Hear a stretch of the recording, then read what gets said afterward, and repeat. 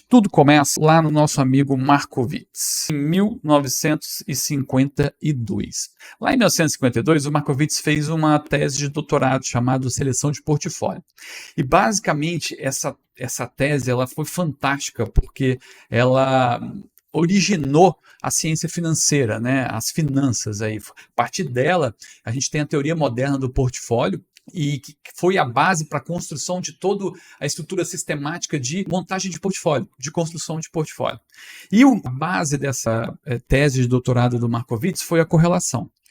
O que é a correlação? O que Markowitz disse é que a gente deveria se preocupar não só com o retorno à volatilidade dos ativos, mas a gente deveria se preocupar também de como os ativos se comportavam entre si. Porque na hora que a gente juntava esses ativos numa carteira, eles iam se anular ou potencializar a volatilidade geral da carteira. Vou explicar.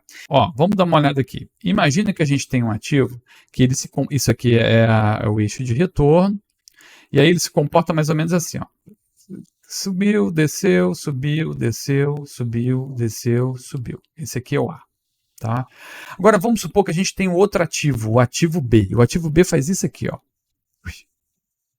Aqui, subiu, desceu, subiu.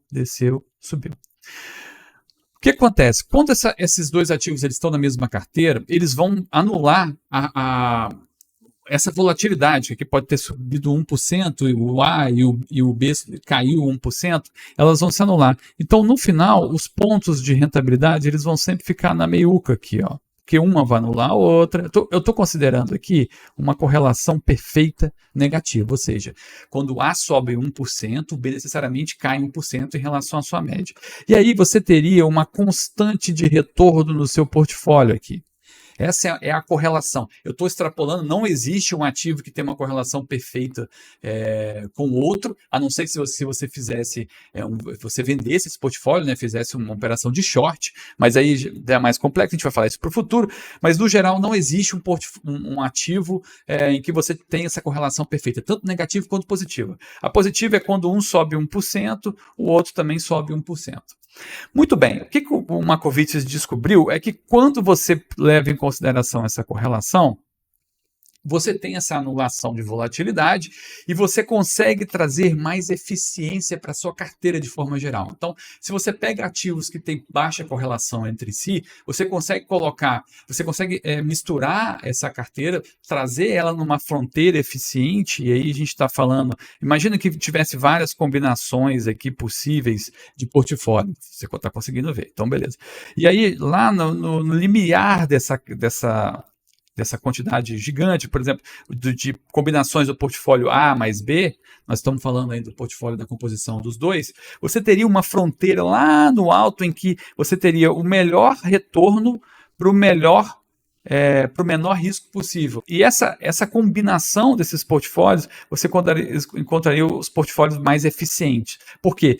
Obviamente, você desejaria ter esse portfólio aqui do que ter esse aqui, que está aqui embaixo, porque é a mesma volatilidade, mas uma rentabilidade menor. A grande sacada do Markowitz foi entender que com a correlação você conseguiria construir portfólios, que dado uma volatilidade você conseguiria o portfólio mais eficiente que tivesse o melhor retorno, ou dado o retorno você conseguiria o portfólio com o menor risco possível dentro dessa fronteira eficiente. Muito bem, essa foi a grande sacada, né? Isso foi o mais interessante aí dessa tese de doutorado do Markowitz. Mas lá no rodapé, ele falou sobre um experimento que ele fez, que foi o seguinte.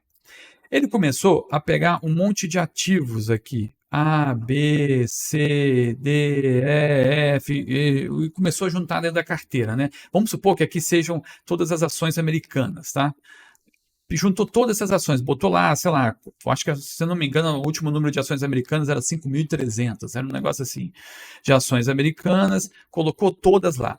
E aí ele foi reparando que, apesar de haver uma descorrelação entre elas não caminhavam com a mesma intensidade, do mesmo jeito, com a mesma intensidade, elas, de forma geral, a correlação entre elas eram próximas. Então, elas se anulavam um pouco, mas não muito, né? E aí ele percebeu que quando ele colocou todas as ações, ainda existia uma volatilidade. E a volatilidade, a partir daqui, ela não tinha mais o que fazer, né? Na verdade, não importava, não tinha mais o que fazer. Você não tinha mais o que colocar aqui para a volatilidade diminuir. E essa volatilidade que ela não diminui depois de você diversificar toda uma carteira, ele chamou de risco sistemático. Ele percebeu que esse tipo de risco, depois que ele colocou todas as ações numa carteira, e lembra, se eu estou falando de ações, mas novamente, extrapola para renda fixa, extrapola para imóveis, extrapola para qualquer classe de ativos, ele percebeu que esse risco ele não podia ser diversificado, não tinha mais o que fazer, ele já tinha colocado tudo. E esse risco sistemático é um risco que atinge toda a classe de ativo. Se a gente for pensar de uma forma ampla, a gente pode falar, por exemplo, do Covid, né? O Covid chegou aí, todas as ações caíram. Não importa, umas mais, uma menos, mas não importa se ela é de base, tipo de que gera dividendos, etc. Todas as ações caíram. Esse tipo de risco é um risco que você não escapa dele, não tem o que fazer. E ele chamou esse risco de risco sistemático.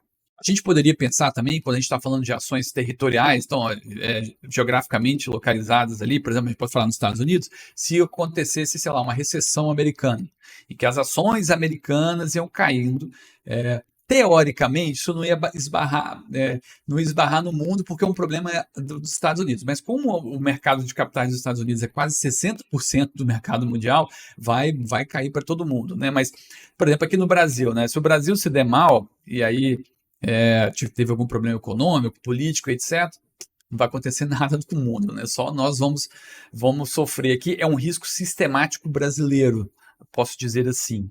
Então é importante a gente entender esse risco e esse experimento, porque essa foi a principal sacada ali, a deixa para o Sharpe, que era um aluno do Markowitz, um aluno de doutorado, né?